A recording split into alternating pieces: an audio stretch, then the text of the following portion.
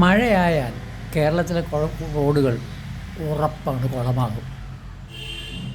അപ്പോൾ ഇത് വളരെ വർഷങ്ങളായിട്ട് തുടരുന്നൊരു കാര്യമാണ്.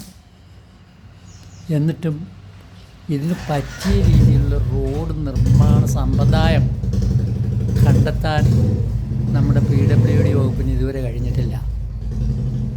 ഗവൺമെൻറ് അതിന് എന്തെങ്കിലും ഒരു പ്രത്യേക സംവിധാനം ഉണ്ടാക്കേണ്ട, ഒരു ഗവേഷണ വിഭാഗമോ അങ്ങനെ എന്തെങ്കിലും ഉണ്ടാക്കിയിട്ട് എങ്ങനെ മെച്ചപ്പെട്ട റോഡുകൾ മഴക്കാലത്ത് ഉണ്ടാക്കാം എന്നെ സംബന്ധിച്ചൊന്ന് പഠിക്കണ്ടേ.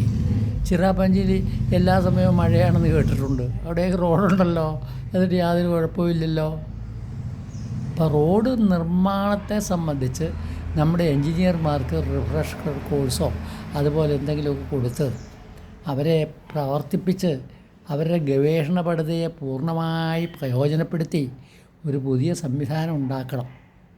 എങ്കിലേ മഴക്കാലത്ത് കേരളത്തിലെ റോഡുകൾ നിലനിൽക്കുകയുള്ളൂ.